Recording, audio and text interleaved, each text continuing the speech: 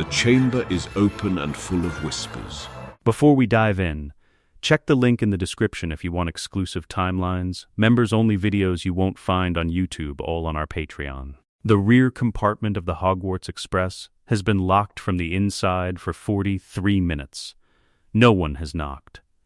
Draco Malfoy paid Crabbe and Goyle 50 galleons each to be somewhere else for 2 hours. And Crabbe and Goyle, whatever their other limitations, understand money. He is standing in the corridor outside the compartment. His left hand is flat against the glass. His right hand is on the door handle and has not moved. Inside, Harry Potter sits with his back to the window, legs stretched across the seat, reading nothing. Hermione Granger is beside him with a book open on her knee that she stopped reading 11 minutes ago when she heard the footsteps stop outside their door.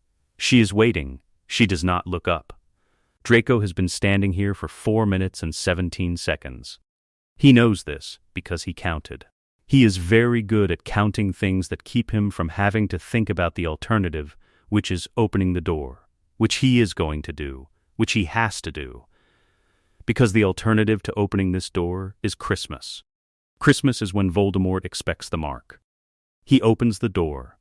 Harry is on his feet before the door finishes sliding. His wand is not drawn. Hermione's hand found his arm in the same instant, but the intention is there, visible in the set of his shoulders, the angle of his chin, 6 years of specific and accumulated grievance arranged into a single ready posture. Draco steps inside, closes the door, locks it again behind him. He looks at Harry. At the wand hand Hermione is still holding by the wrist. At the book Hermione closed without marking her page, which tells him more about the last 11 minutes than anything she might say. He sits down across from them. There is nothing performative about how he does it. No arrangement of the robes, no studied elegance. He sits the way a person sits when they are very tired, and the performance has become too heavy to carry on to trains. He places 3 things on the seat between them.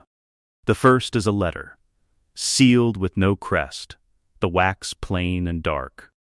Narcissa's handwriting on the front, no name, no address, just the particular slope of her capital letters that Draco has known since he was 4 years old. He does not touch it once it is on the seat. The second is a key. Small, iron, hung on a black ribbon that has been cut rather than untied. The kind of cut that was made quickly, by someone who had decided and did not want time to undecide. Hermione looks at the key for 3 seconds. Then she looks at Draco. The third thing is his right hand. Open, palm up, on the seat between the letter and the key. "I am not asking for forgiveness," Draco said. His voice is level. It costs him something to keep it that way, and he pays the cost without letting it show, because he was raised by people for whom showing the cost was the only true defeat. I am asking for a contract. I have something you need. You have something I need. I propose a trade. "Get out of our compartment," Harry said. Harry, Hermione's voice arrived quiet and carrying the full weight of an instruction. She is still looking at the key. "What do you need?" she said to Draco. Not a question. A prompt.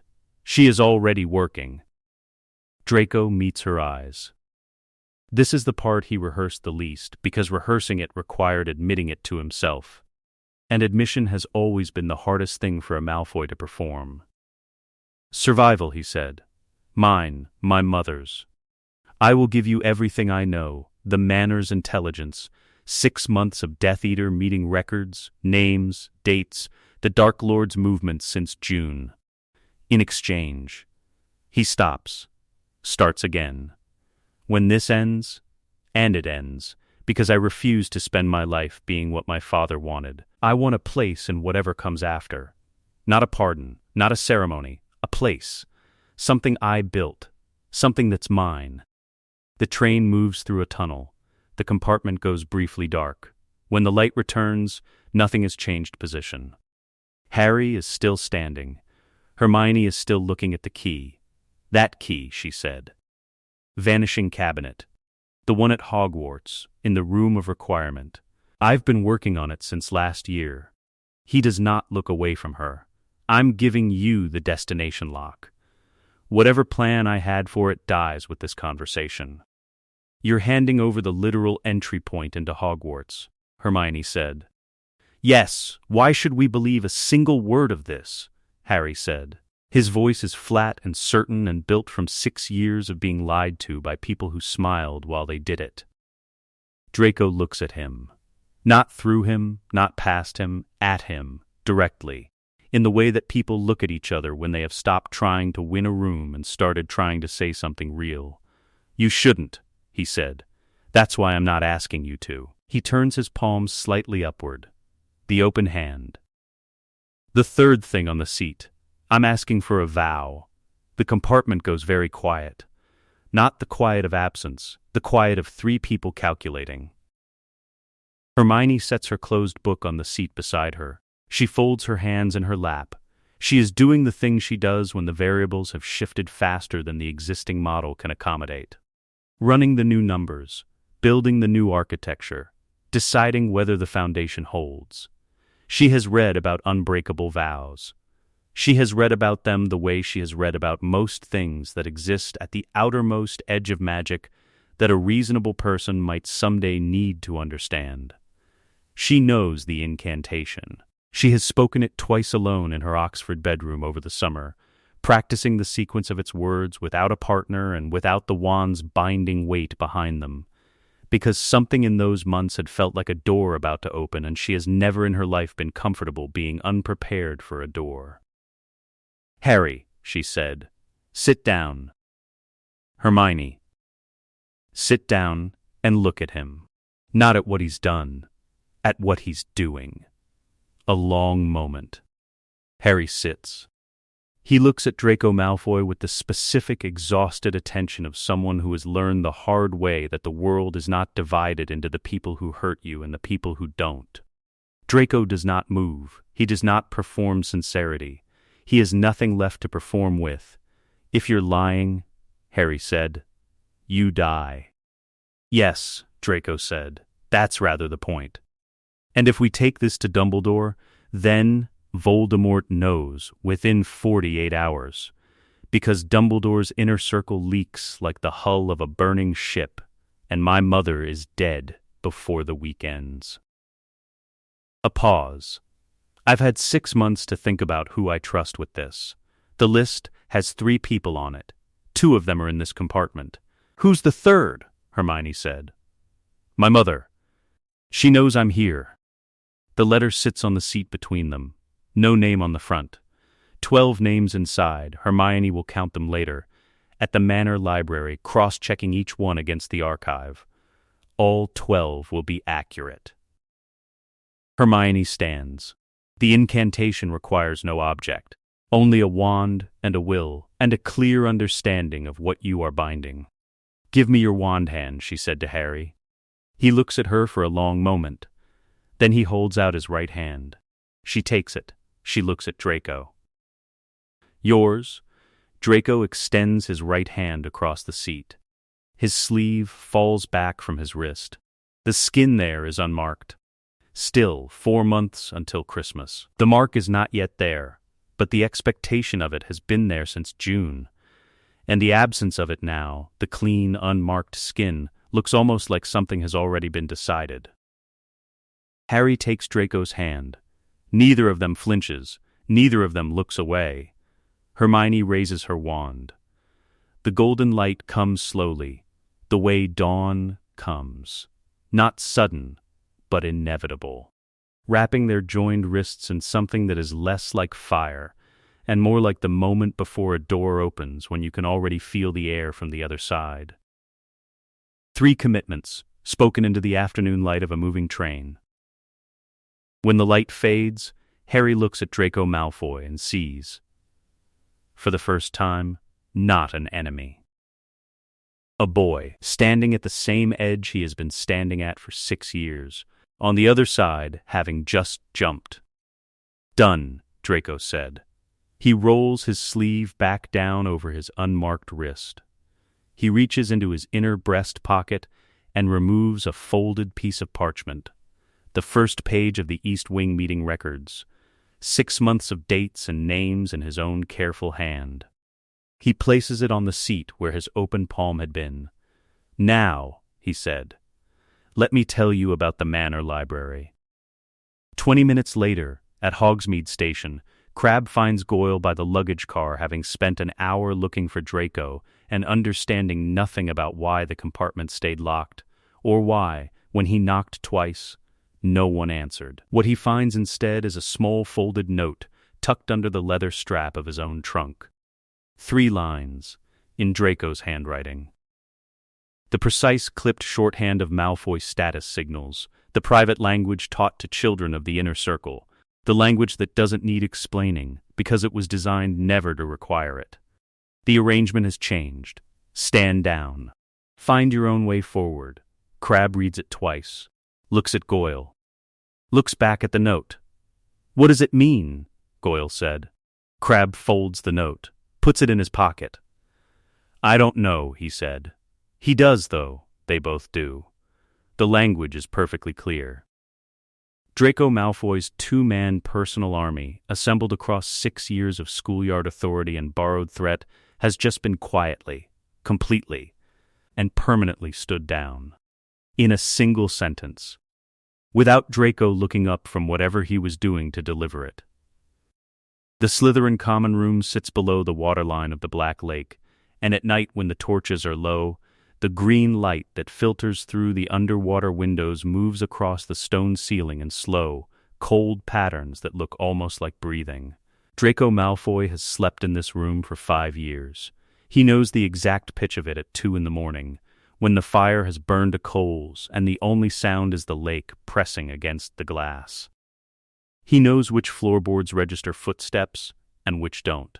He knows that the chair nearest the left window, Zabini's chair, claimed and defended through 5 years of casual aristocratic territorial habit, creaks once when you sit and not at all when you stand, which means you can leave it without waking the room. He knows this place the way you know a cage you were born into. He sits in his usual position by the fire. His expression is the one his face defaults to in public, a kind of elevated boredom. The look of a person for whom the present company represents a ceiling rather than a standard. The same expression since first year. No one has ever found reason to question it. This is the mask. It fits perfectly because it was made young. What is different, what has been different since the 1st of September, is what the mask is now covering. The 3 rings arrived by owl on the 4th day of term.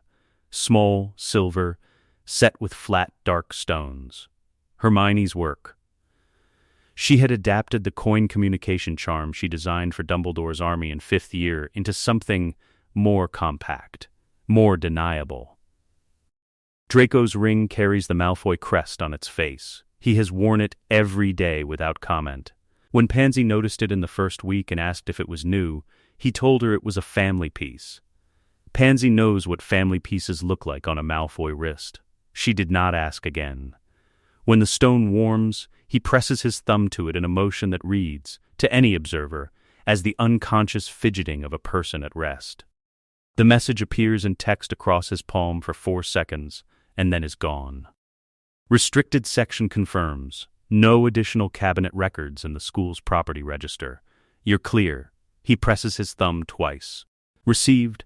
Then he goes back to staring at the fire with his face arranged in magnificent disinterest, and no one in the room has any idea that Draco Malfoy is currently running an intelligence operation from the best chair in the Slytherin common room.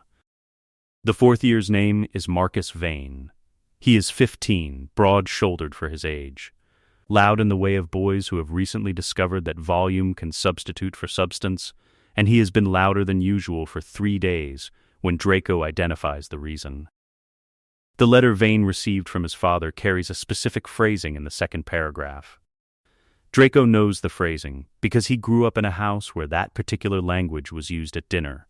Recruitment signals, coded for post-owl interception. Vane's father is telling his son that an introduction is being arranged. 16 days until Vane's birthday.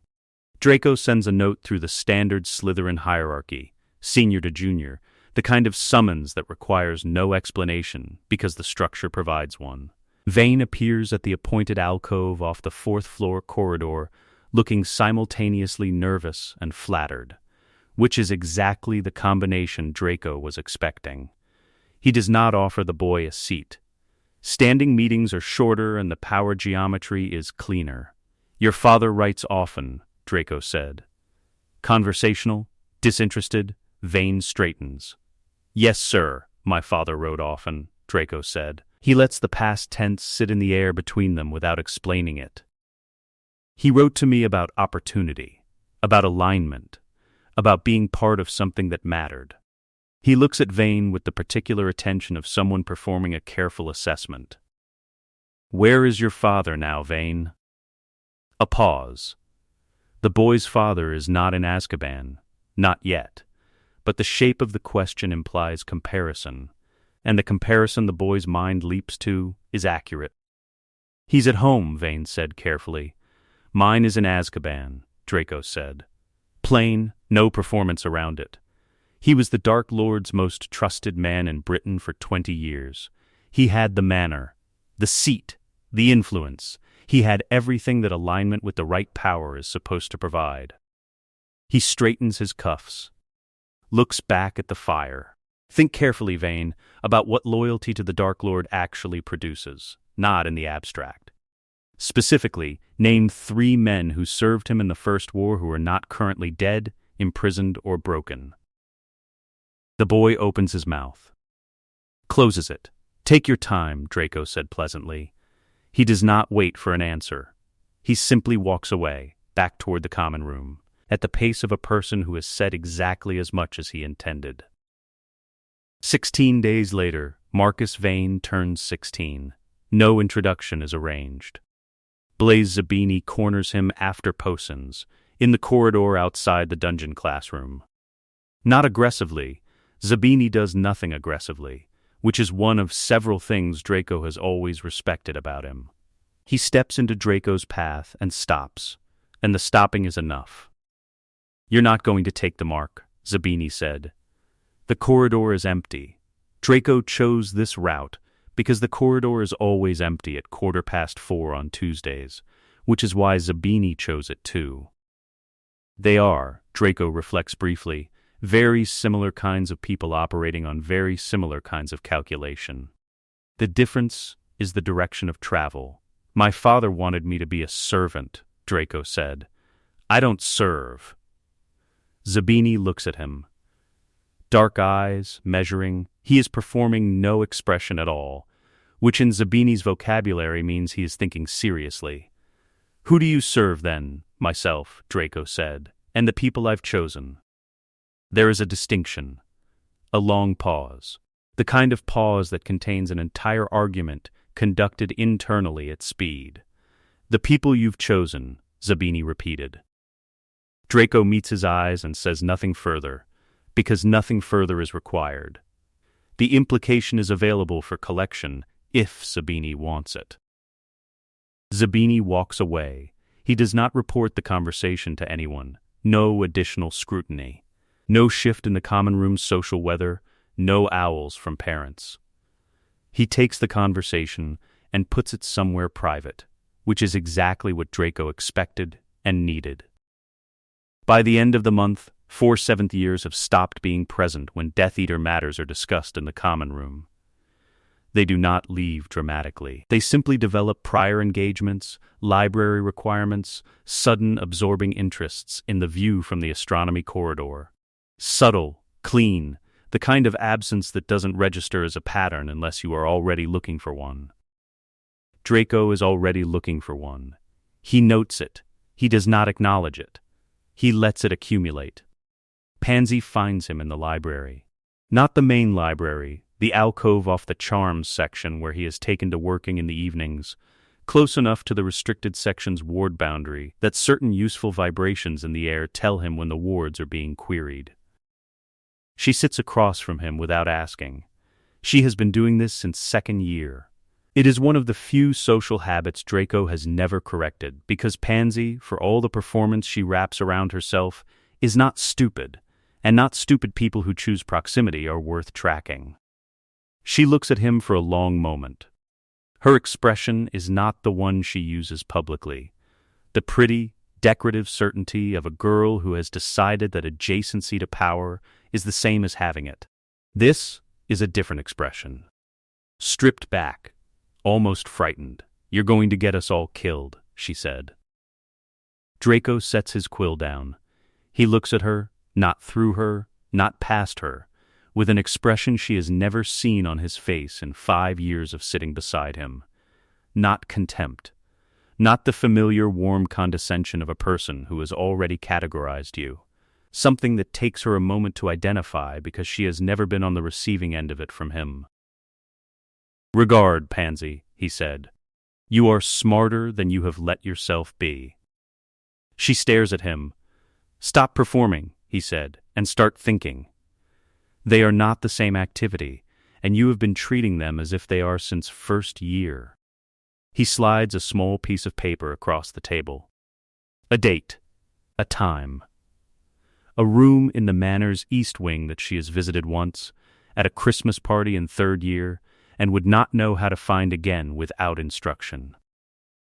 "If you want to understand what is actually happening," he said, picking up his quill, "be there."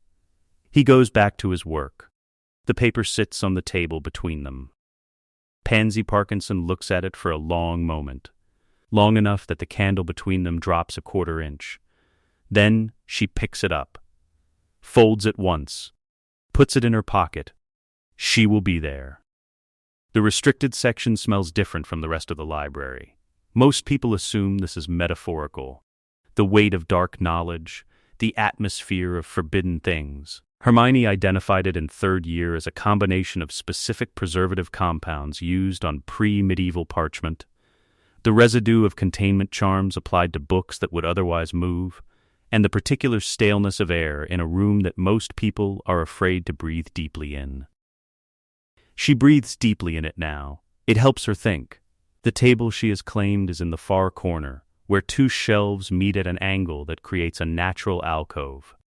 She has been here every Tuesday and Thursday evening since mid-October, and on additional nights each week since November. The books that line the shelves nearest her chair have developed the specific quality of objects that have been looked at often enough to become familiar with being looked at. One of them, a thick volume bound in something that is not quite leather, on necromantic counter-curses, has been angling itself toward her work for 3 weeks. She has stopped acknowledging it. This appears to bother it more than acknowledgement did. Draco sits across from her. He has his own territory on the table, a clear boundary of parchment and reference materials, the Cinder Codex transcription growing page by page in his careful handwriting as memory produces it. He writes from right to left on the first pass, a habit from a Black family cipher exercise his mother taught him at 7, then translates the full page into standard script. It slows the process. He does it anyway, because the ward at the manor that alerts on the codex's physical removal is keyed to the specific magical signature of the original text, and a handwritten copy carries no such signature. He writes 2 pages per session. He has been doing this since October. Neither of them chose this arrangement out loud. It accumulated, the way useful things do when 2 precise people are working on the same problem and have stopped wasting energy on the social architecture of the arrangement. Hermione's source documents are organized into 3 columns. Left column, her own research on Horcruxes, compiled over 5th year through restricted access requests and a level of creative interpretation of library borrowing rules she prefers not to examine too closely. Center column, the codex transcription pages Draco has completed so far, annotated in her red ink and returned before each new session. Right column, the Anima Speculum's operational manual, which Draco committed to memory at 12 at his father's instruction and which reads, Hermione has noted, like it was written by someone who understood the theory perfectly and cared nothing whatsoever about being understood in return. She is working through the codex translation for the 4th consecutive session when it happens. Draco notices because he has learned that Hermione Granger's reading speed is its own form of diagnostic instrument. When she is processing normally, she reads at a consistent pace, her eyes moving in the particular pattern of someone who reads not word by word, but in blocks of meaning. When something interrupts the pattern, the pace changes. It is changing now. She is reading faster. Her voice, which has been a low, steady murmur of Latin and theoretical notation, is dropping, getting quieter, the words losing their shape, becoming barely mouthed, becoming the movement of lips around ideas too large for sound. He sets his quill down. "What is it?" he said. She does not answer immediately. She finishes the paragraph.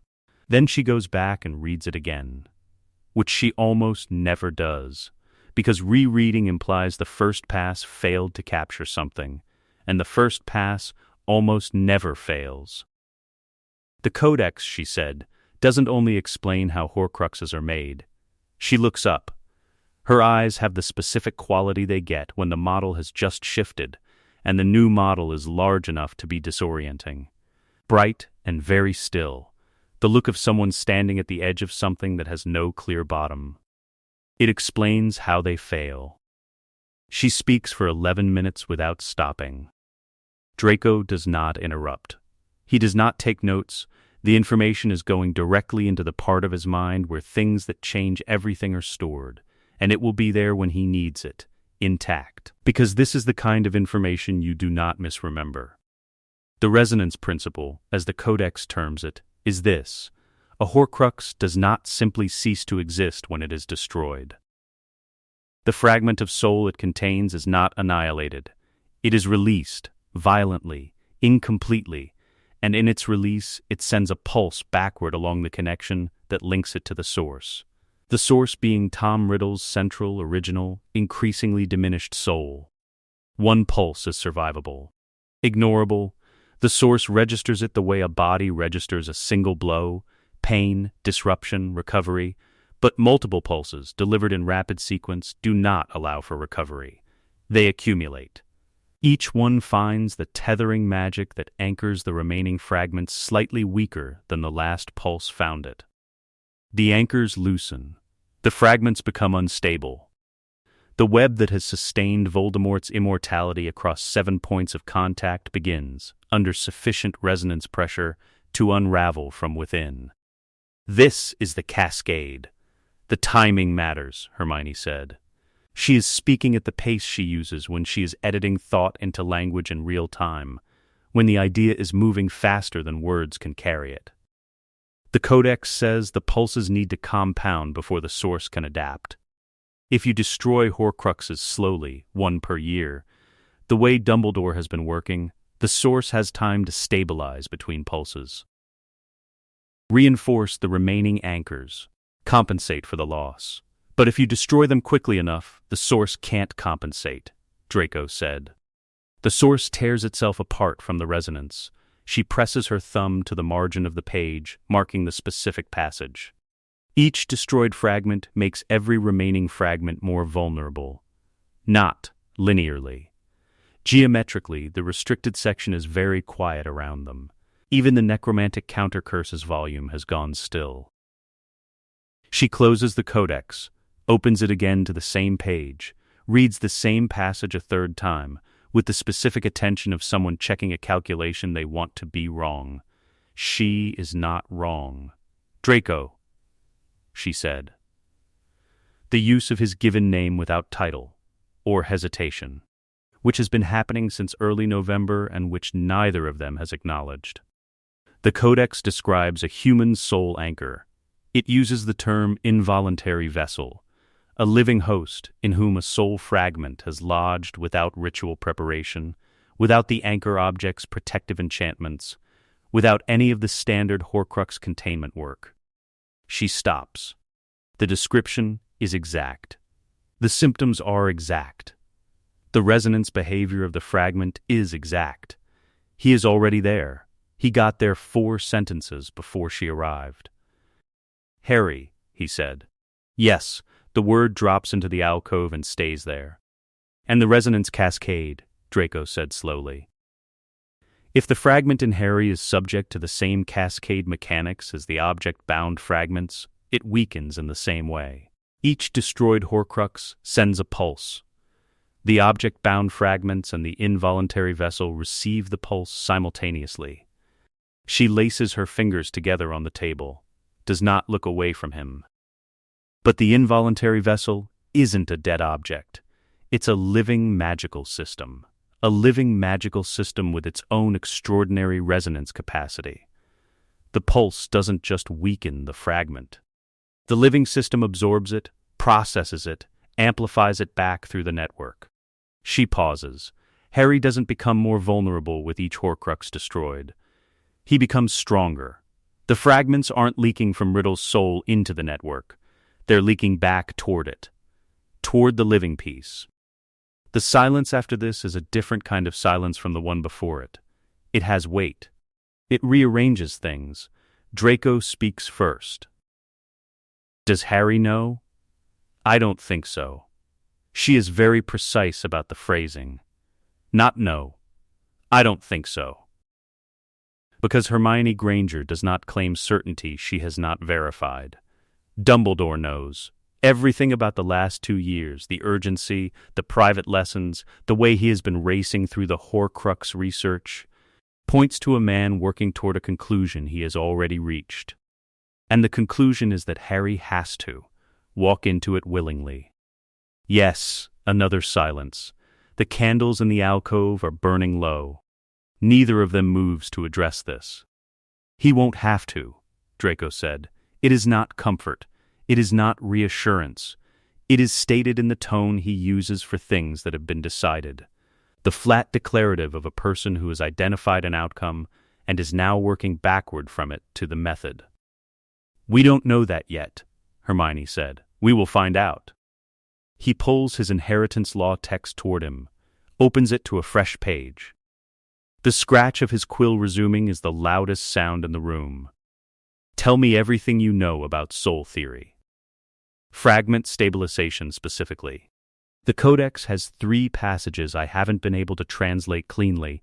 The terminology shifts in the 2nd century annotations, and I think I've been reading the conditional tense as declarative.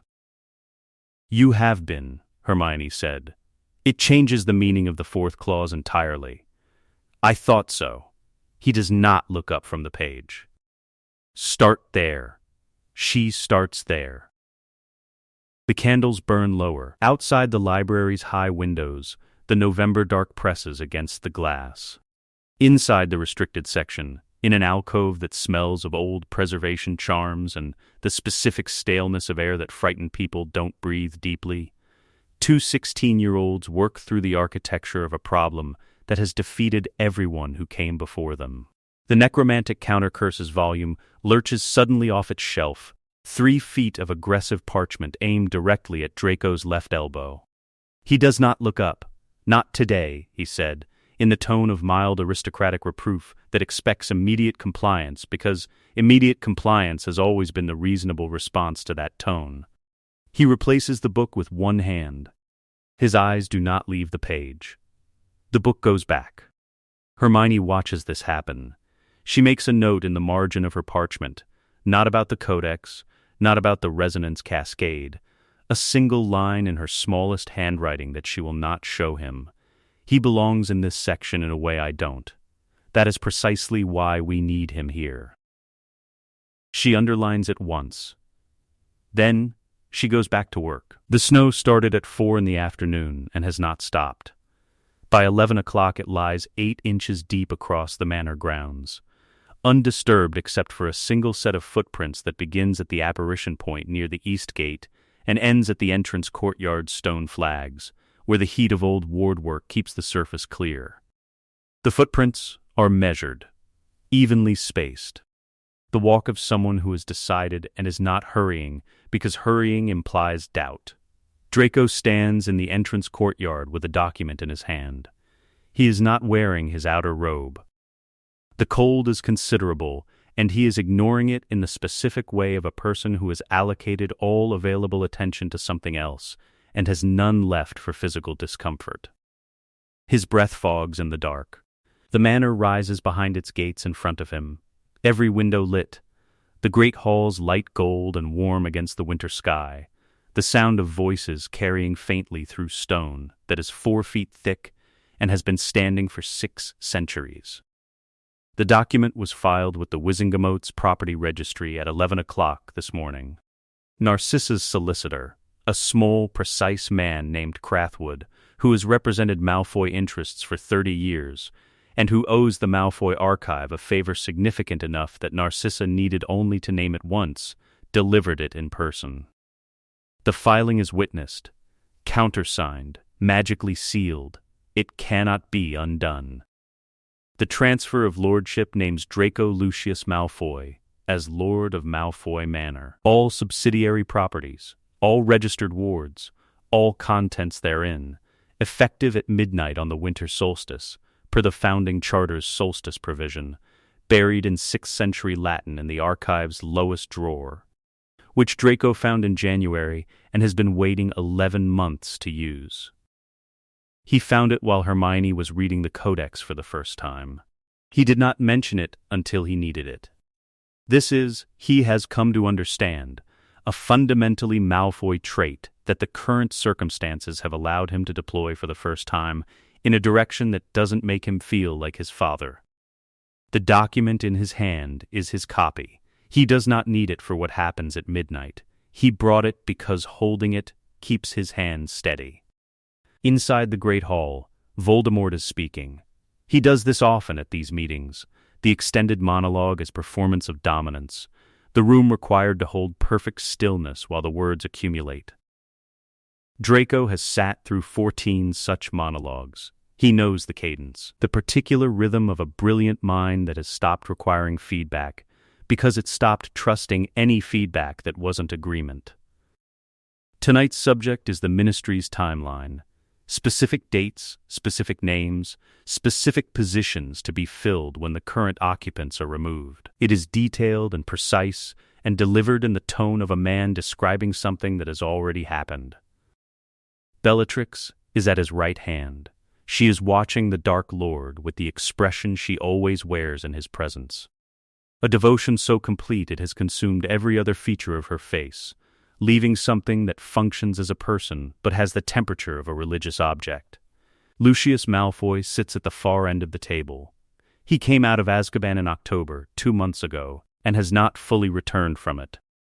The man who sat at this table before Azkaban, assured, immaculate, the most politically sophisticated Death Eater in Britain, has been replaced by something thinner and quieter that wears the same face.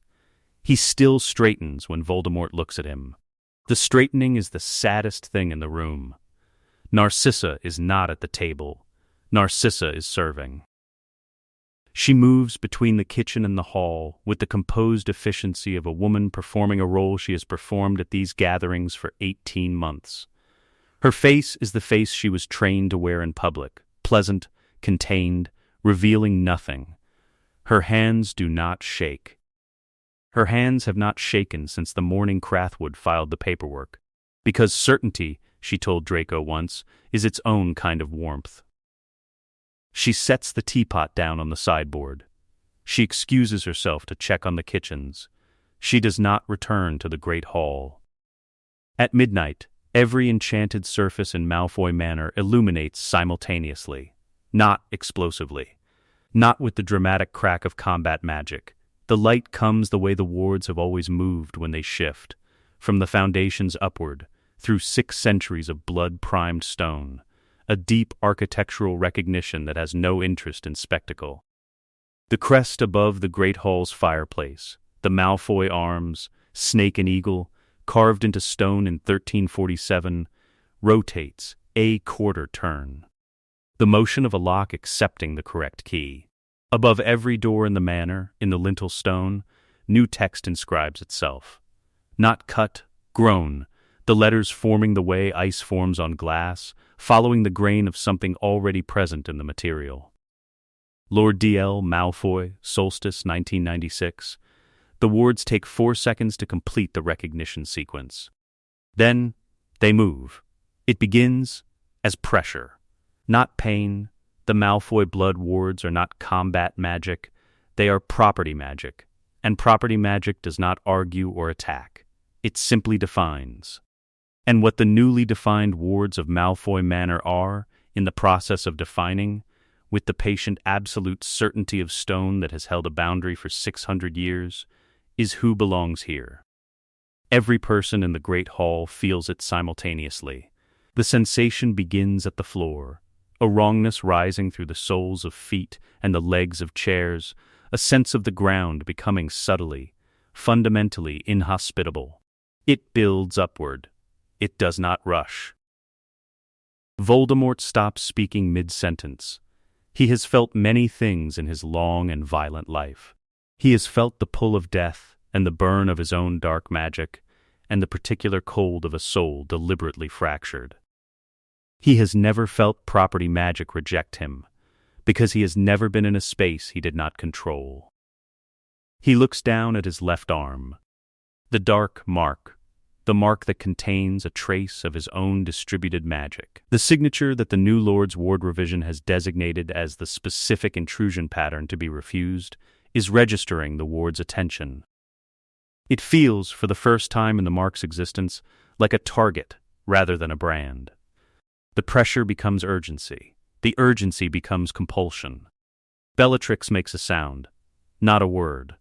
The sound of a person whose body has begun insisting on something their mind refuses to accept.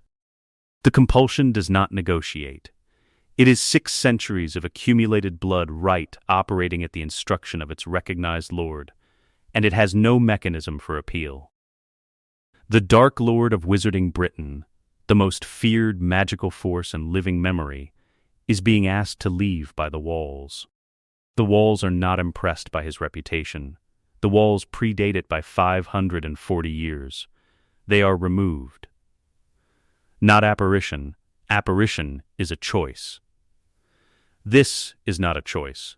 It is the magical equivalent of a landlord changing every lock in a building simultaneously.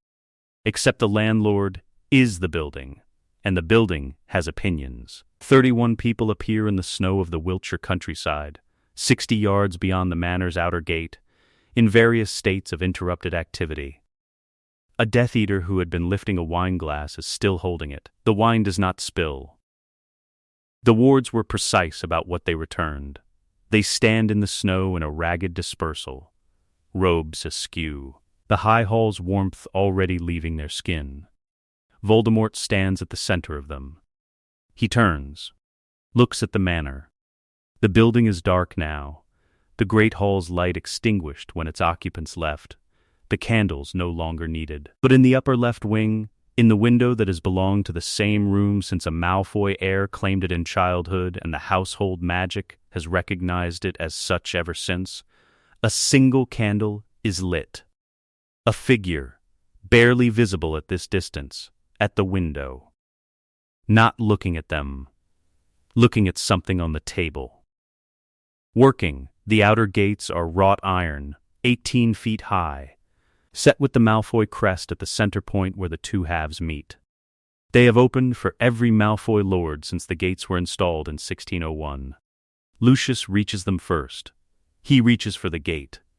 His hand wraps around the iron. He pulls. The gates do not open.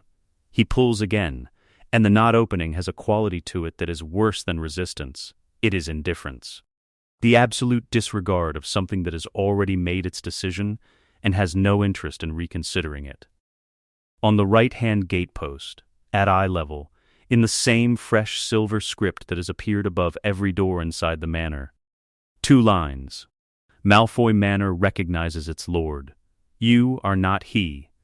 Lucius Malfoy stands in 8 inches of snow, in front of the gate of the house that was his father's and his father's father's before that.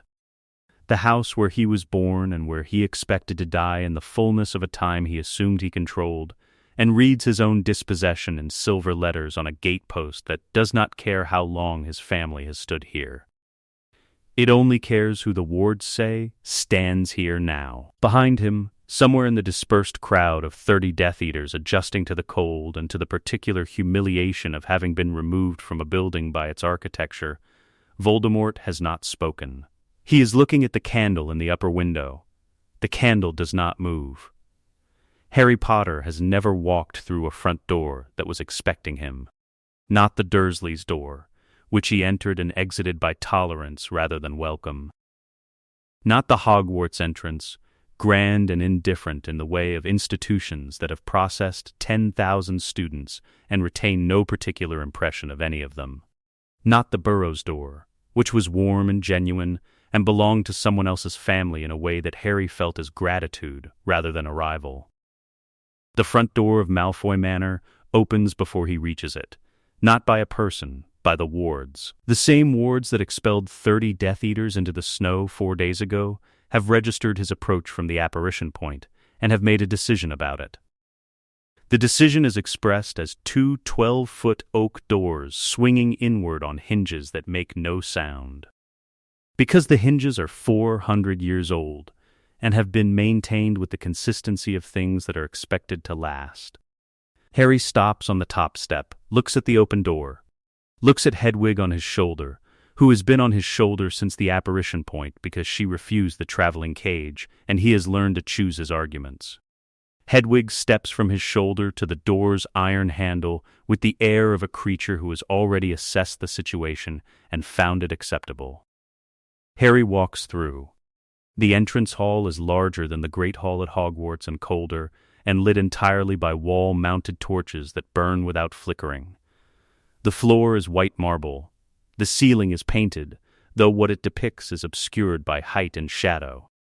On the left wall, a tapestry that Harry does not look at closely, because the glimpse he catches of it suggests it contains names he recognizes, and expressions on the associated faces that he is not ready to process before he has put his trunk down. Narcissa Malfoy is standing at the base of the stairs. She is wearing gray. Her hair is pulled back with the same composed severity that Harry has always associated with her public appearances. The formal armor of a woman who decided long ago that if the world was going to look at her, it would see exactly what she chose to show. She looks at Harry with an expression that is not warm and is not cold, and is not any of the things he was prepared for. She looks at him the way she might look at a structural problem she has already solved. "Lord Potter," she said, "your rooms are prepared. I'll show you." She does not say welcome. He understands after a moment that this is a deliberate precision. Welcome implies a favor being granted. What Narcissa is doing is not granting a favor. She is managing a household. He follows her up the stairs. The rooms are in the east wing, 2 floors up, at the end of a corridor that has 11 doors off it, all closed. His door is the last on the left. Narcissa opens it without ceremony and stands aside. Harry walks in and stops. He has slept in a cupboard. He has slept in a box room barely large enough for a bed and a broken desk. He has slept in dormitories designed for institutional efficiency, comfortable but deliberately impersonal, because Hogwarts is a school, and schools do not make rooms that say yours. This room says yours. Not in the decorative sense, it is not ostentatious, not the aggressive display of wealth that he had braced himself for. It is simply large and well-proportioned and full of things that were chosen rather than assigned. A bed positioned to catch the morning light. A desk with surface area sufficient for actual work. Bookshelves built into the wall and currently empty in the specific way of bookshelves that are expecting to be filled. A fireplace that is already lit. He sets his trunk down. Hedwig glides from the doorway to the top of the wardrobe and arranges herself with the satisfaction of a creature who has correctly predicted that the accommodation would be adequate. "Draco is in the library," Narcissa said from the doorway. "Second floor, north wing. Hermione Granger arrived this morning. She has already rearranged 2 of the reading tables. She leaves." Harry stands in his room for a moment, puts his hand flat on the surface of the desk. He is, he thinks, going to need some time to learn the specific shape of this feeling. He doesn't have a word for it yet. He goes to find the library. What Hermione has done to the East Wing Library in 6 hours is the kind of thing that happens when a person of extraordinary organizational intelligence is given unlimited space and a problem large enough to justify using all of it. The south wall has been cleared of its existing arrangement, 6 centuries of shelved miscellany. Reorganized by Hermione into a logical taxonomy annotated on a chart pinned to the shelf end with 3 separate color systems, and replaced with something new. A map of Britain and the continent covers the wall's full height, 12 feet of enchanted parchment that Hermione is charmed to update in response to the Argentum Censor's input. 5 silver compass needles are mounted in a mahogany case on the reading table beneath it. The needles are currently pointing in 5 different directions, 5 locations, 5 anchors, marked on the map in silver ink. 3 of them are approximations. 2 are precise. Against the east wall, the Malfoy archive has been transformed from 6 centuries of accumulated correspondence stored in approximate chronological order, the order of a family that kept everything and organized nothing, on the assumption that the keeping was sufficient, into a cross-referenced intelligence system. Color-coded index cards float in loose orbits around specific shelf sections, each card keyed to a name, a date, a threat level. When Harry walks past the Ministry Corruption section, 3 cards rotate toward him simultaneously, and he stops walking until they settle. They're keyed to search terms, Hermione said without looking up from the table. I've been adding cross-references all morning. If you say fudge anywhere in the archive section, 17 cards will try to follow you out of the room. I'll remember that, Harry said. She looks up, looks at him properly, the way she looks at him when she is checking something that isn't the work. How are the rooms? Good, he said. And then, because it is Hermione and approximate answers have never been adequate for either of them, I don't have a word for how the rooms are, actually. I'm working on it. She holds his gaze for a moment, nods once, goes back to the index cards. The Horcrux tracking wall is operational, she said. The sensors have been running since yesterday. One of the 2 precise locations is a Gringotts vault in the Lestrange section, confirmed by the Anima Speculum's shadow pattern reading. That's the cup, Draco said from the back of the room. Harry had not seen him. He is at the potions station, a long stone bench that occupies the library's rear alcove, equipped with a burner array and an ingredient cabinet. He is working over a copper vessel with the focused attention of someone who is not performing concentration, but simply has it. He does not look up. Hufflepuff's cup, Draco continued. Bellatrix has had it since the First War. My father documented the transfer in 1979. The sensors confirm it's in her vault. The shadow pattern on the speculum matches the archive description. Harry walks to the tracking wall, stands in front of the 5 silver markers. 5 locations. One of them, unmarked on the map because it requires no marker, is standing in this room, wearing his own face. You told him, Harry said. Not a question. He has known since the restricted section conversation, known the way you know things that you've been half-knowing for months, the knowledge assembling itself from accumulated evidence until it reaches the weight of fact. Yes, Hermione said. And? A pause. He turns. Draco has set down the copper vessel and is looking at him across the full length of the library, across the tracking wall and the archive and the floating index cards, with the directness he has been developing since September. The directness that has replaced the lateral approach of a boy who was trained never to say the thing he meant. And we are solving it, Draco said. The cascade mechanics the Codex describes, each destroyed Horcrux weakening your fragment amplifying the pulse back through the network. The resonance is working in your favor, not against you. We have a methodology. We have the sensors. We have the Codex. You are not going to be required to walk into anything. A pause. That is not an acceptable outcome, and I don't intend to reach it. Harry looks at him for a long moment.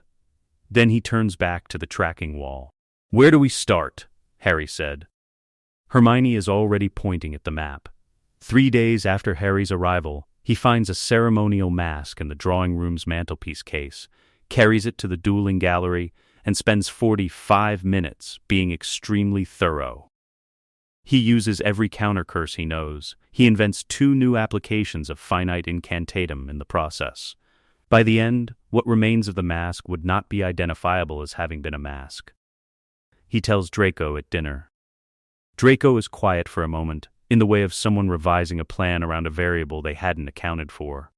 "I was going to use it as a paperweight," he said, "for when my father eventually has to come here and ask us for help. The symbolism would have been precise." "Sorry," Harry said. "No," Draco said, after another moment. "Your way is also good."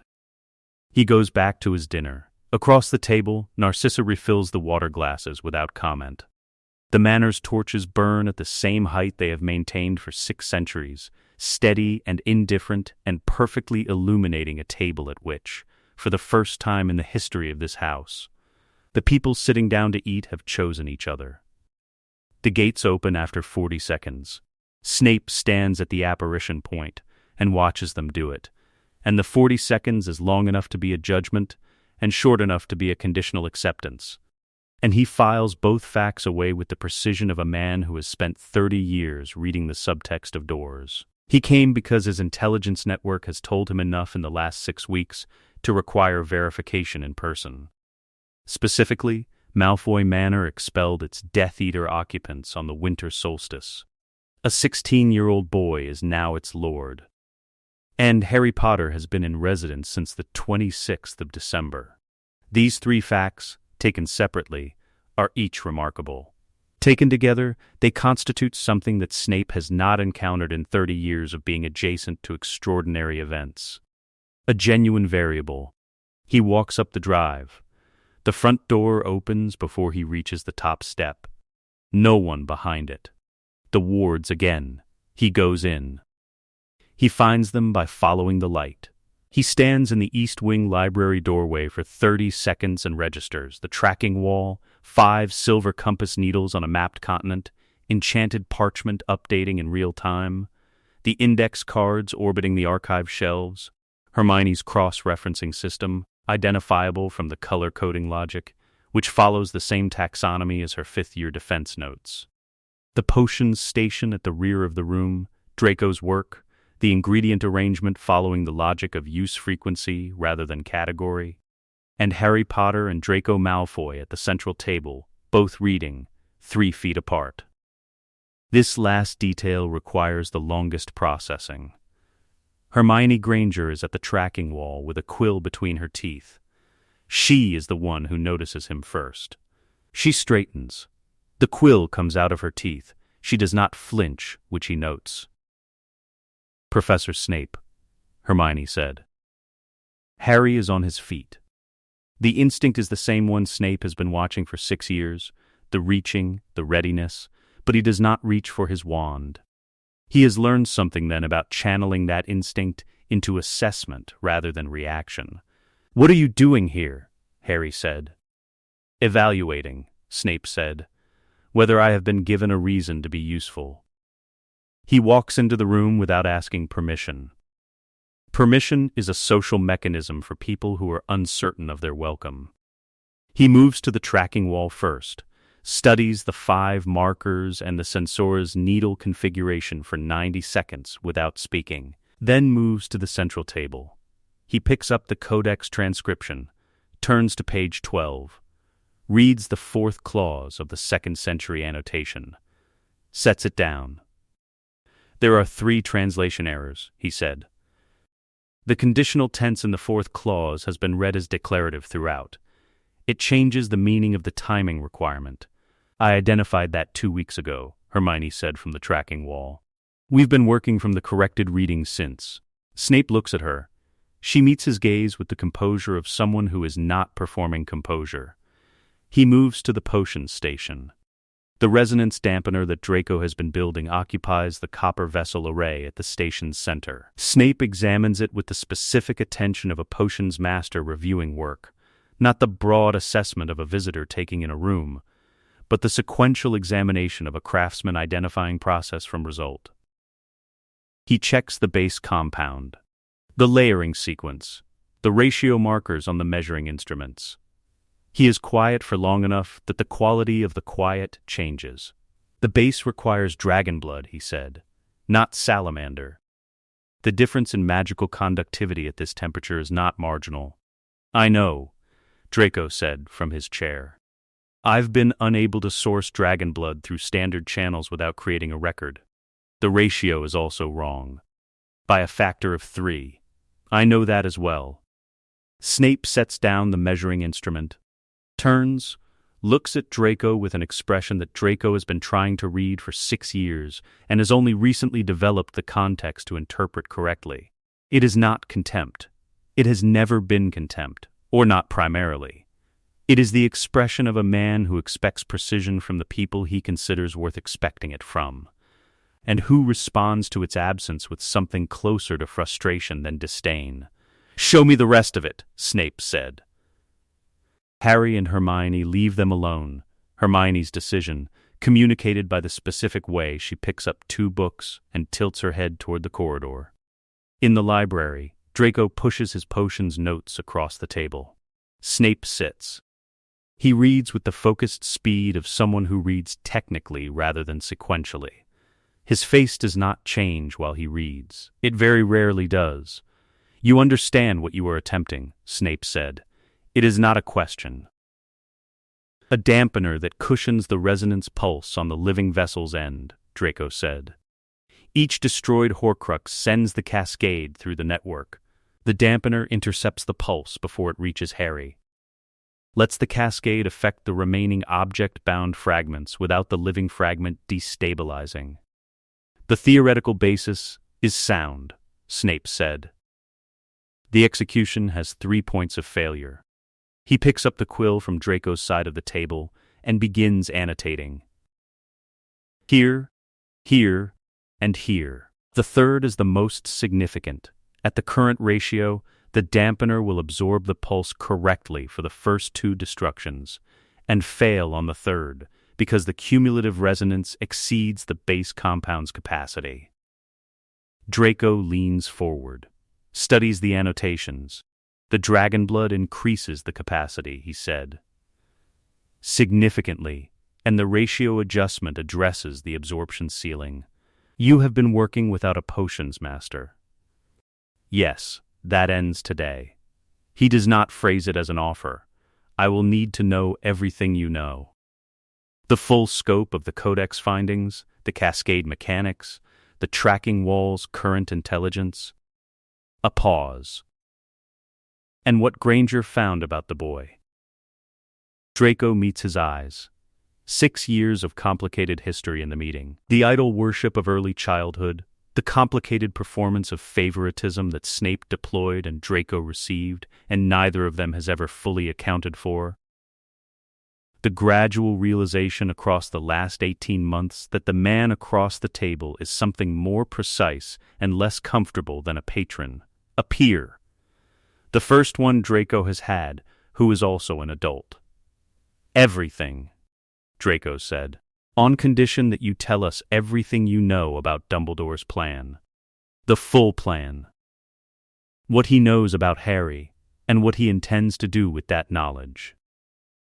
Snape looks at the potion station, at the dampener in its copper vessel array, at the tracking wall visible through the open library door, with its 5 silver markers and its enchanted parchment and its evidence of 3 young people who have built, in 6 weeks, something that should have taken years. He removes his outer robe, folds it over the back of the chair, rolls his left sleeve to the elbow with the efficiency of someone preparing to work. He pulls the potions station toward him and begins examining the ingredient setup with the focused attention of a man who has made a decision and is now executing it. "We will start with the dragon blood question," he said. "Then you will bring Granger back in, and we will discuss Dumbledore." An hour later, Hermione is standing at the potion station, watching Snape correct the dampener's base compound with the kind of absolute technical authority that she has spent 5 years being frustrated by in a classroom context, and finds, in this context, simply useful. He sets down the measuring instrument, looks at the tracking wall. at the archive system, at the cross-referenced index cards floating in their color-coded orbits. Miss Granger. She looks up. The cross-indexing methodology you have applied to the Malfoy archive, he said, is the most sophisticated magical intelligence organization I have seen in 30 years of covert work. A pause. The color coding is unnecessary and aesthetically questionable. Another pause. Otherwise, he said, picking up the next ingredient, complete. Hermione Granger stands at the potions station in the East Wing Library of Malfoy Manor and receives the highest compliment she has ever been given. She has absolutely no idea what to do with it. She goes back to work. The room of requirement does not judge what it is asked to become. This is its nature and its limitations simultaneously. It produces what is needed without asking why it is needed, which makes it the most useful room in Hogwarts and the most dangerous, and which is why Draco spent the better part of 5th year learning its logic before he started using it. A room that gives you what you need will give anyone what they need. The question is always who gets there first, and what they do with the time. The vanishing cabinet sits against the room's north wall, exactly where Draco left it. He has been in this room 3 times since September, ostensibly performing maintenance on the cabinet's alignment, a plausible cover, since a broken vanishing cabinet requires ongoing calibration work, and Draco has been openly associated with the project since 6th year began. No one has questioned it. People see what the established narrative tells them to see, and the established narrative is that Draco Malfoy is fixing a cabinet because his father told him to fix a cabinet, and Draco Malfoy does what his father says. He has been counting on that narrative for 4 months. Tonight, the room has been asked to become a workshop. The cabinet stands open, its interior dark, the transit fold between this cabinet and its twin at Borgin and Burke's accessible but inactive, a door that is present but not yet open. Snape is at the workbench, sleeves rolled, outer robe over the chair, not looking up from the membrane array. Hermione is on the floor, cross-legged, with the codex transcription and 3 supplementary texts arranged in a semicircle around her, working through the theoretical basis for the membrane's magical filtering capacity. Harry is watching the cabinet. He does this while the others work, stands at the correct distance, close enough to monitor, far enough not to interfere. He has developed, over the last 6 weeks in the manor, a particular skill. He is good at holding the perimeter, while the precision work is done by the people better suited to do it. He does not perform usefulness. He simply remains present and attentive and available, and this turns out to be its own form of contribution. The membrane is ready, Snape said. The theory, as Hermione derived it from the Codex and Snape refined it from 30 years of understanding how soul-adjacent magic distributes itself through physical space, is this. The dark mark is not a tattoo in any meaningful sense. It is a soul link, a piece of Voldemort's magic embedded in living flesh, functioning as a 2-way channel. Voldemort can push pain through it. He can pull magical reserve from it, drawing on the accumulated power of hundreds of linked followers in moments of extremity.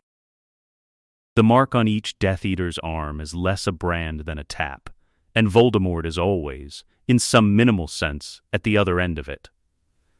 The membrane is a filter installed in the vanishing cabinet's transit fold, a layer of enchantment that severs the soul link cleanly at the transit point, leaving the mark present but silent.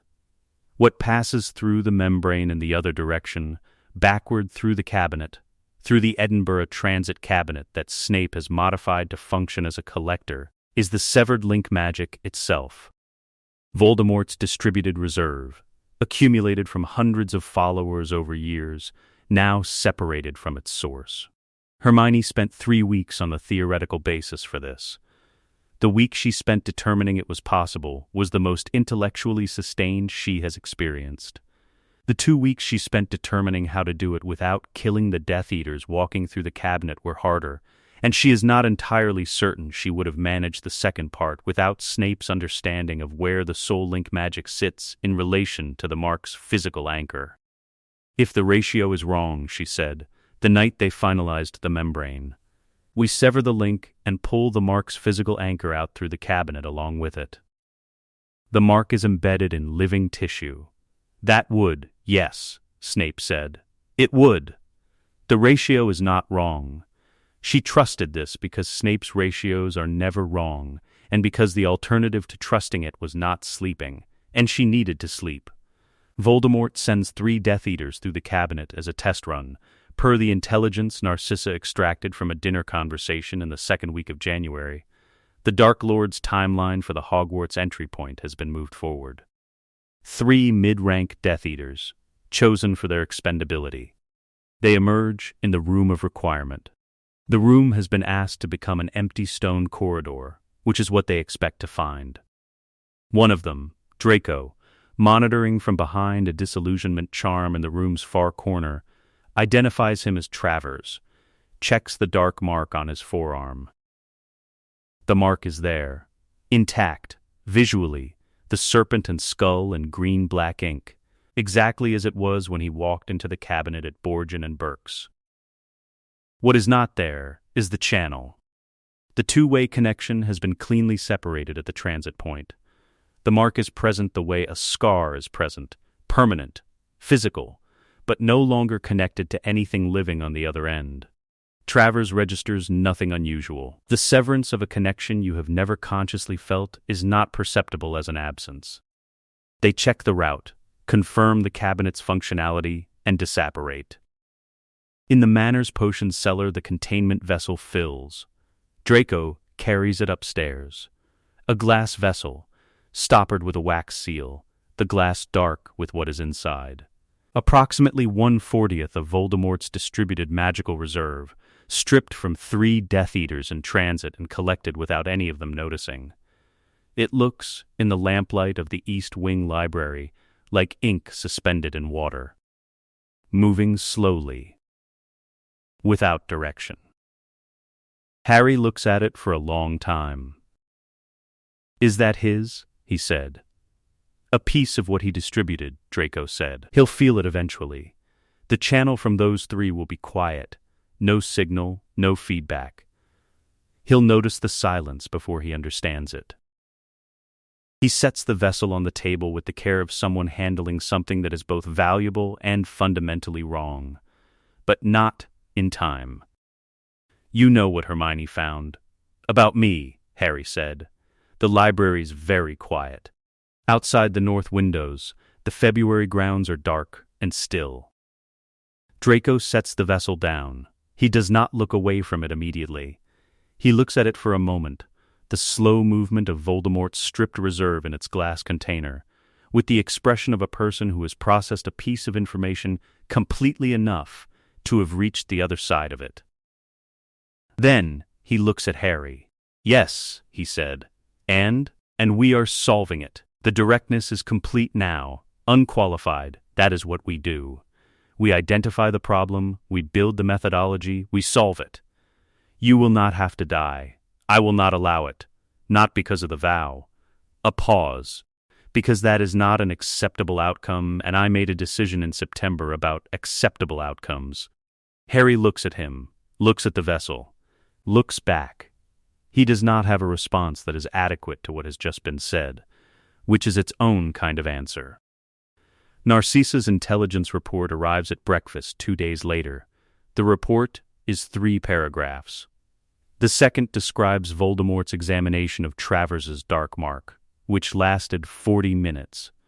He could see the mark.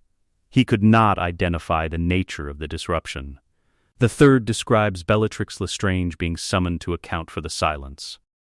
Bellatrix, who has committed no disloyalty and has no explanation to offer, spent 12 hours under the Dark Lord's attention while he looked for treachery she was not committing. Hermione reads the report twice, sets it down, picks up her tea, sets it down also. "She's been in there for 12 hours, Harry said. "Yes," Draco said. A pause. "Is it wrong," Harry said carefully, "that I find that difficult to feel bad about?" Draco considers this with genuine attention, in the manner of someone for whom ethical precision has become a practice, rather than a performance.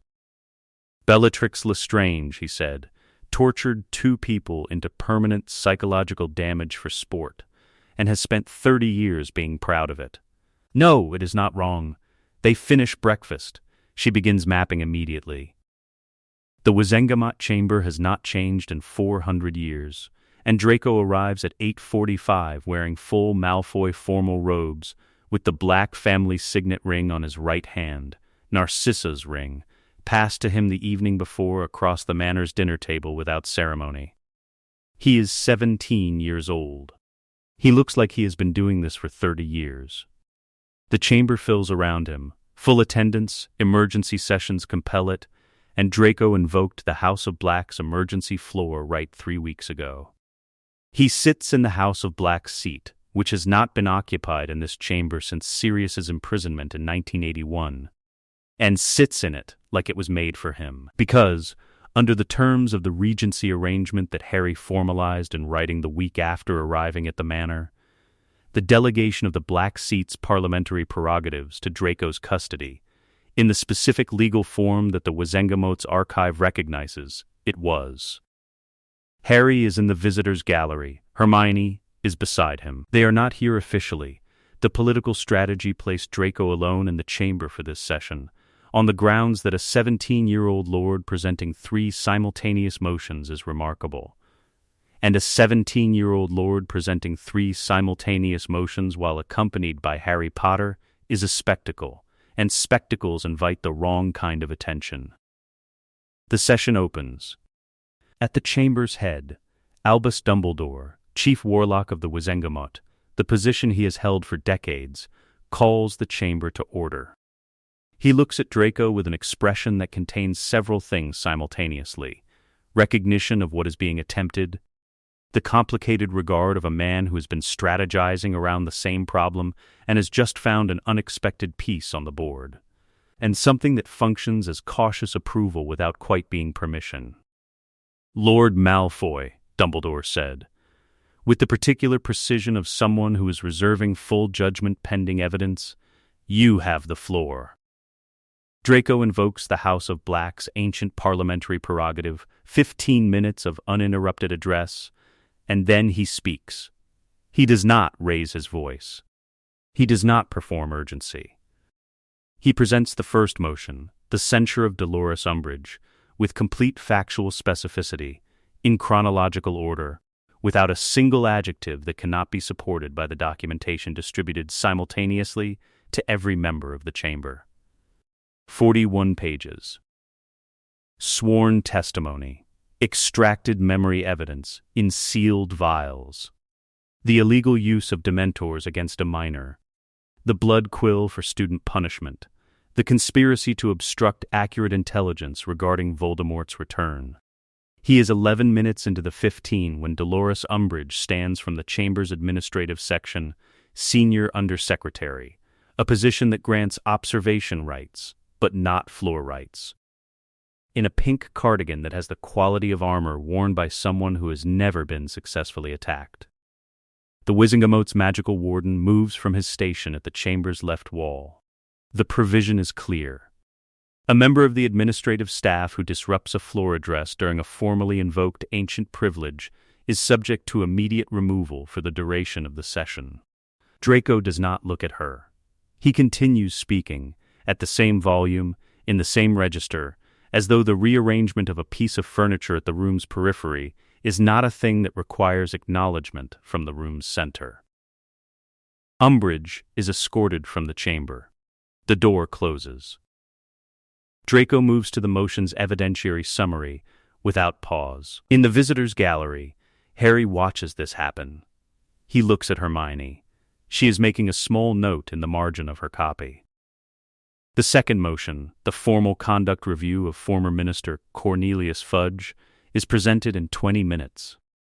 The archive's documentation of Fudge's financial relationship with Lucius Malfoy across 8 years occupies 12 pages of the distributed document. 17 letters, amounts, dates, corresponding decisions. Draco presents it without comment on its irony. The irony is available for anyone who wants it. It does not need to be pointed at. The third motion is the shortest. The posthumous restoration of Sirius Orion Black, the formal Wizengamot resolution clearing his name, acknowledging the absence of trial, restoring the full legal standing of the House of Black, is presented in 6 minutes, because the evidentiary case is complete and the legal argument is unambiguous, and 6 minutes is the time it takes to state unambiguous things with appropriate precision. Sirius Black was imprisoned in November 1981 without trial. The right to present a defense is not a procedural courtesy in wizarding law. It is a foundational provision that predates the Wizengamot's current configuration by 4 centuries. Its absence in Sirius Black's case is not a bureaucratic oversight. It is a failure of the institution's core function, and the institution is being asked to formally acknowledge that failure and correct its record. The votes are called. Motion 1. Umbridge censure and suspension pending formal review. 39 in favor, 7 against, 4 abstentions. Motion 2. Fudge conduct investigation. 31 in favor, 14 against, 5 abstentions. Motion 3. Sirius Black posthumous restoration. 44 in favor, 3 against, 3 abstentions. The third motion's margin surprises Hermione's calculation. She had projected 38. She writes the number down, adds it to her model. After the session, in the corridor outside the chamber, Harry says, "You blackmailed 14 people." "I informed 14 people," Draco said, "of facts they found relevant to their decision-making process. Blackmail implies a threat. I made no threats. I presented information and allowed the recipients to determine its relevance independently. That's a very precise distinction." "Yes," Draco said. "It is." They walk out into the London afternoon, Draco having removed his formal outer robe, Hermione with her annotated copy under her arm, Harry with his hands in his pockets. "Sirius's name will appear in the corrected record by end of week," Hermione said. Harry looks at the sky for a moment. He thinks about a man who spent 12 years in a prison he should never have entered, and came out the other side still himself, still laughing. A man who is gone now, whose name has been cleared too late for him to hear it. He thinks about what the record is for, when the person it restores can no longer receive the restoration. He concludes, after a moment, that it is for the record itself, that accurate things deserve to be recorded accurately, regardless of who is left to read them. That this is what Draco said in the chamber, and that it is, in the way of simple, true things, simply true. "It matters," Harry said. "Even now." "Yes," Draco said, without elaboration in the tone he uses for things he has already processed completely. "It does. The locket has been at Grimmauld Place for years." The voice would have known this, the fragment of soul in Harry capable of tracking it. But in this AU, the tracking wall's sensores identify it through the soul beacon stripped from Voldemort's reserve in February, which amplifies every remaining Horcrux signature, and locates the locket not in any ocean-facing cave, but in number 12. Grimmauld Place, in the possession of a creature called Creature, who has been keeping it since Regulus Black brought it out of the cave 17 years ago at the cost of his life. Dumbledore arranges the approach. It requires delicacy, Creature is bound to the Black family, and the Black family's legal standing has just been restored. And the restoration names Harry as Sirius's heir, and therefore Creature's master. Dumbledore accompanies Harry to Grimmauld Place, where the conversation with Creature is conducted with more patience than Harry expected to feel, and more than Creature expected to receive, and at the end of it, Creature produces the locket from the depths of his den with the reluctance of something releasing a grief rather than an object. The locket is real. The censors confirm it the moment Harry carries it through the manor's door. The shadow pattern on the anima speculum is dense and old and unmistakable. Now they need the means to destroy it. Basilisk venom, one of the few substances capable of damage at the soul level. The Chamber of Secrets has a dead basilisk in it. The fangs are still viable. Harry opens the chamber on a Saturday with Draco at his shoulder. The entrance is in the second-floor girls' bathroom, the sink, the taps, the parcel-tongue command that opens the pipe.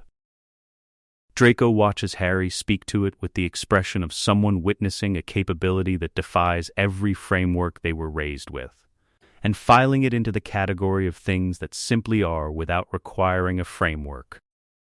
The slide down into the dark is exactly as Harry remembered from second year, which means the transition from the castle to the chamber is exactly as abrupt. Draco lights his wand, looks around at the chamber's vast length, its stone serpents, its smell of old cold water. "You came down here alone," Draco said, "at 12 years old."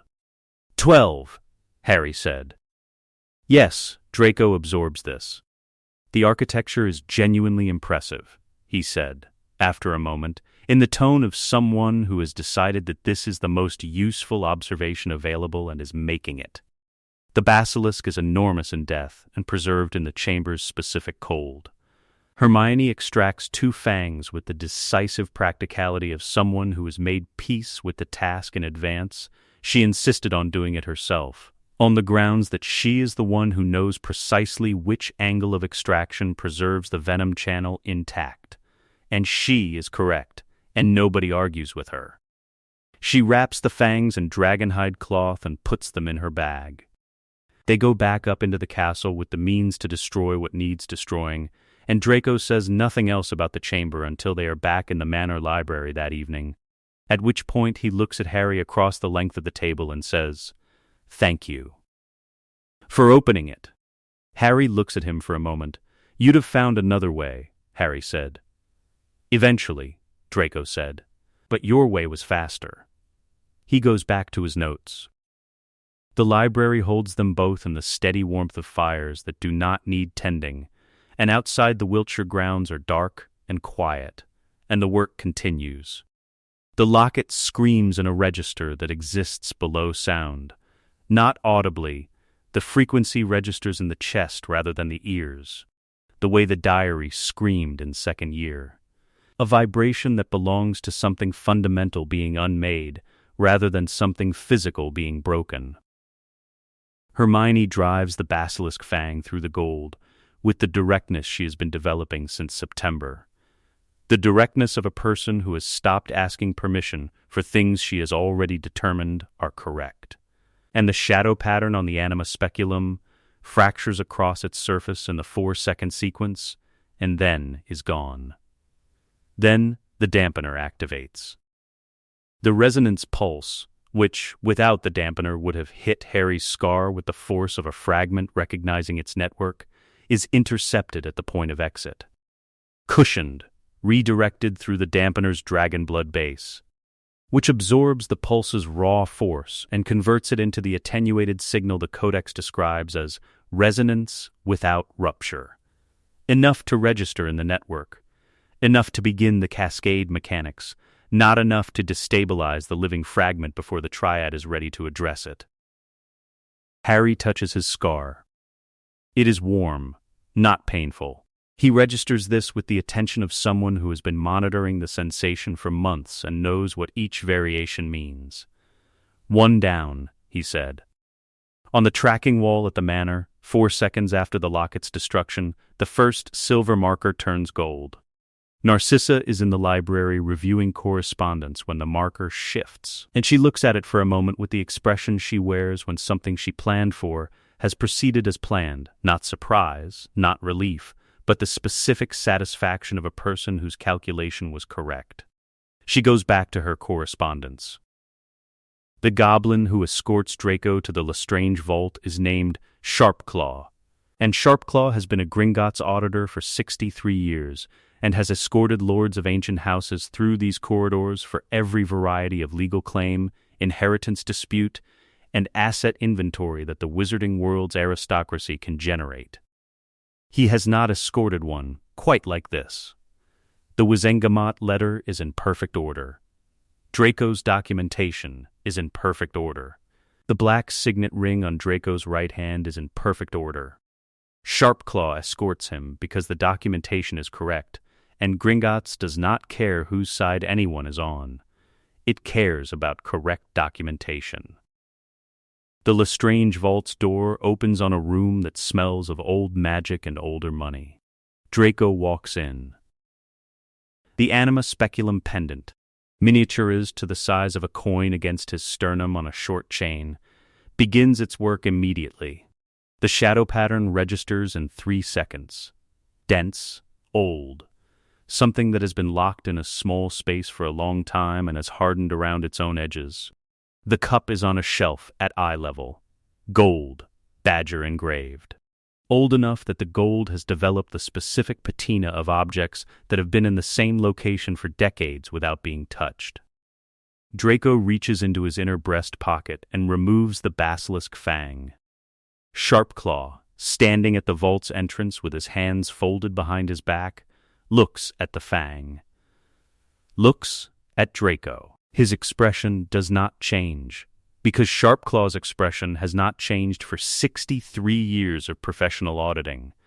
This constitutes a destruction of assets under review, Sharpclaw said. The asset is a soul fragment containment vessel constructed through murder, Draco said. He is already positioning the fang. It constitutes a contaminated object under Gringotts Regulation 7, subsection 4, which prohibits the storage of soul-adjacent dark artifacts that present a hazard to bank staff and adjacent vault holders. I am resolving the hazard. In your presence, as a courtesy. Sharpclaw looks at him for a long moment. Proceed, he said. The cup screams the same way the locket did. The shadow pattern fractures. 4 seconds. The second silver marker on the tracking wall turns gold. Draco straightens, returns the fang to his pocket.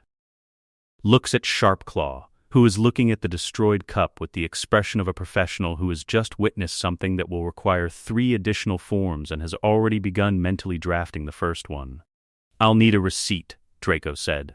The diadem of Ravenclaw is in the place where things are hidden, buried under 6 centuries of accumulated discarded objects, and finding it requires both an encyclopedic knowledge of Ravenclaw artifact history and the ability to navigate the room by the Censorus's directional reading.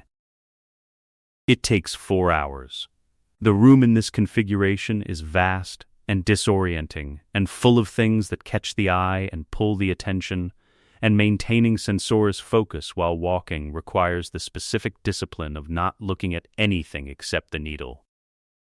Draco finds it at the base of a wardrobe that has been there since approximately 1743. The diadem is unremarkable physically, dented, tarnished, its inscription barely legible.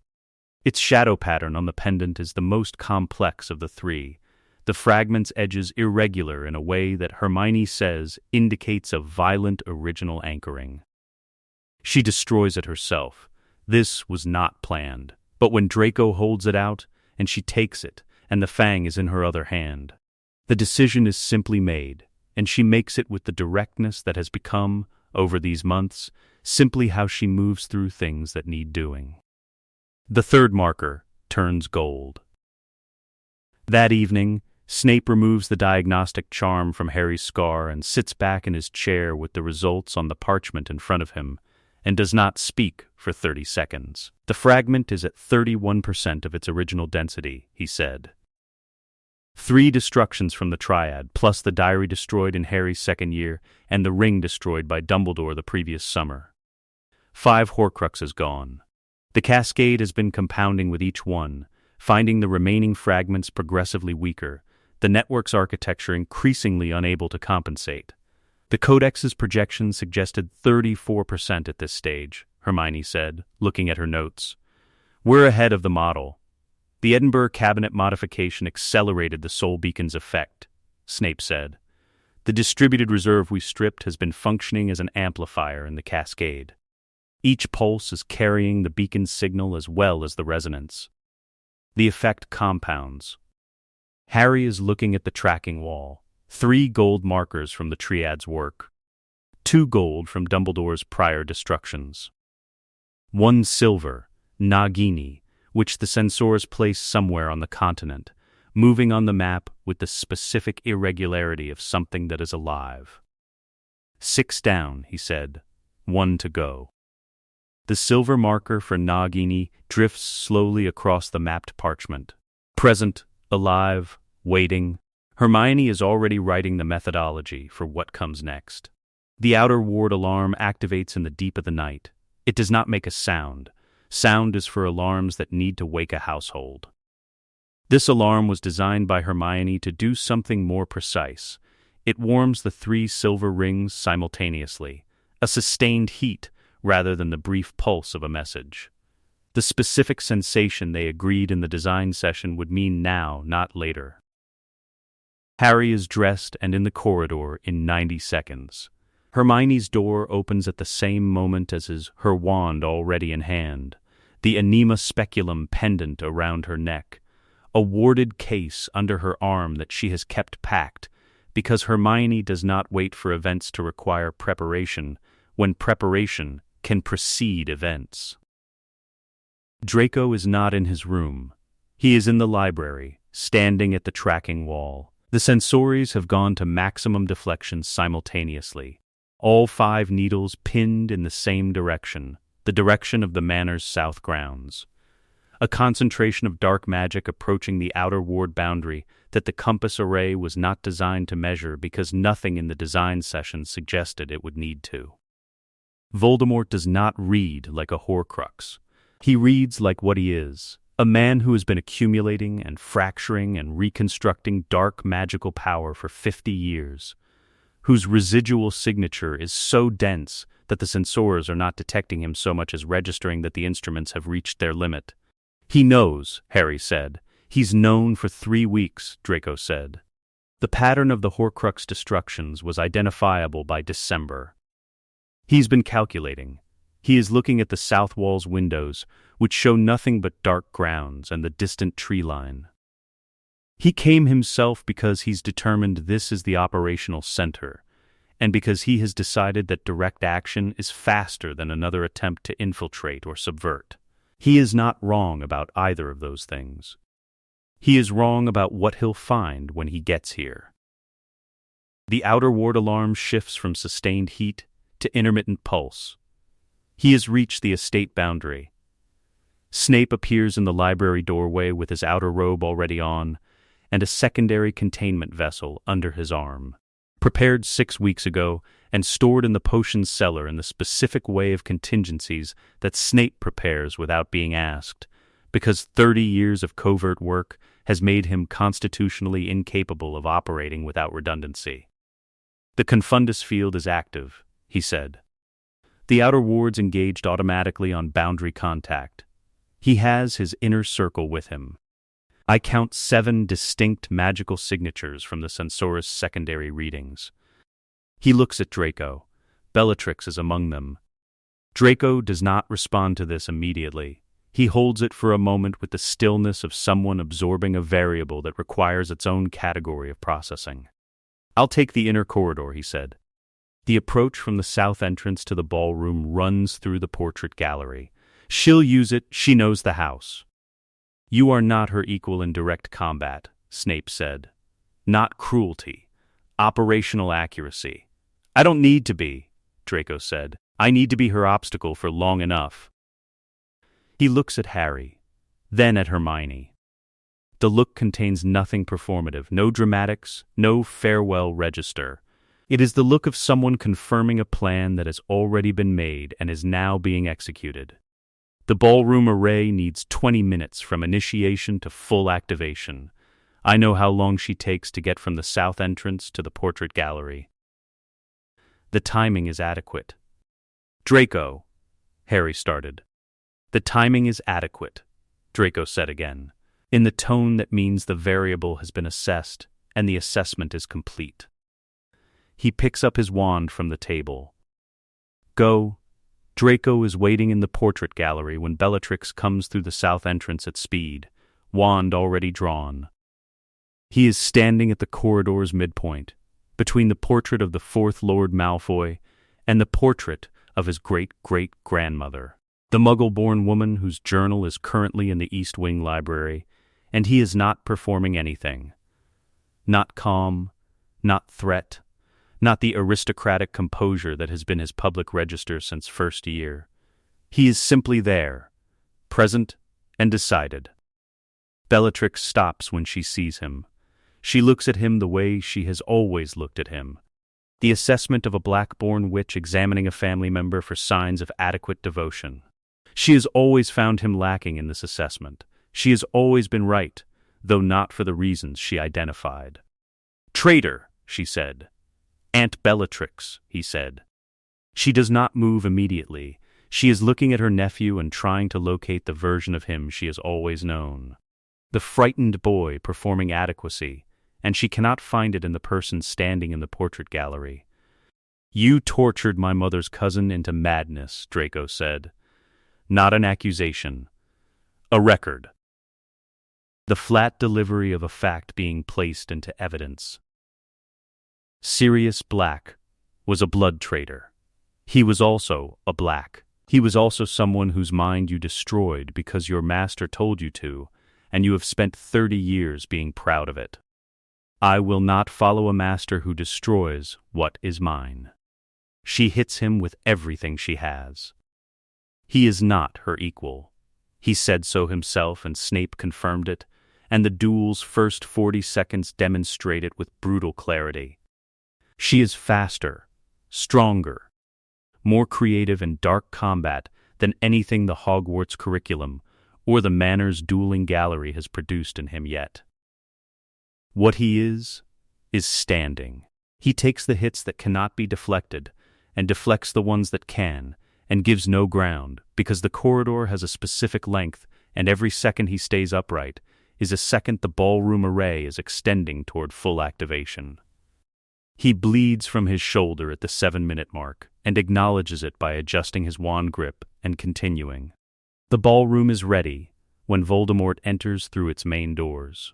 Harry and Hermione stand at the array's 2 anchor points, the positions identified in the Codex's ritual diagram, one on each side of the room's center, with the anima speculum mounted at full room scale between them and the destroyed Horcrux's residual energy channeled into the array's foundation through the containment vessels that Snape has positioned with the precision of a man who has rehearsed this arrangement 11 times. Voldemort has walked through this room before. It was, during his residency, a meeting space. What it is now is different in a way that registers before it can be identified. The furniture is gone, the floor cleared, and in the center, a magical apparatus he has never seen and cannot immediately classify. He looks at Harry across the room. "Harry Potter," he said, "not a greeting. The specific naming of a thing you are about to destroy." "Tom," Harry said. The word lands in the ballroom with the weight of something that cannot be taken back. Not because of what it contains, Voldemort has heard his birth name before, but because of how it is delivered. Without fear. Harry is not performing fearlessness. He simply is not afraid in the way he used to be, and the absence of it changes the room's geometry in a way that Voldemort registers before he understands. Voldemort raises his wand, the U-wand, 13.5 inches, phoenix feather, his wand, the one whose core shares its origin with Harry's own. The connection between them is real, and it responds. The magic that comes through it meets the magic in the room, and the room was built for exactly this encounter, and Voldemort, for the first time in 50 years of accumulating power, is in a space that was designed specifically to refuse him. Harry steps aside from the first curse. He does not cast back. He begins the sequence. The Elder Foothark dissolution, the ritual from the Codex's 7th section, which requires a direct lineage connection to the magic of death itself, and the specific acceptance of one's own mortality as a willing condition of the working, does not look like a spell. It sounds like one. The runes spoken aloud in sequence, in the language the Peverell family developed for their specific area of study. But it does not look like a spell, because a spell is a directed force, and this is not a directed force. This is a door being opened from the inside. Voldemort's eyes go wide, not in pain, in recognition, in the cold, specific clarity of a brilliant mind that has just understood what is being done to it and has understood simultaneously that it is too late to stop it. "No," he said. The resonance array activates fully. Every destroyed Horcrux's residual energy, channeled through the speculum's room-scale mirror surface, fires simultaneously through the network. 6 destructions. 6 cascade pulses compounding against the architecture of a soul that has been unmade, piece by piece across months of careful work. The simultaneous full network discharge does not find resistance.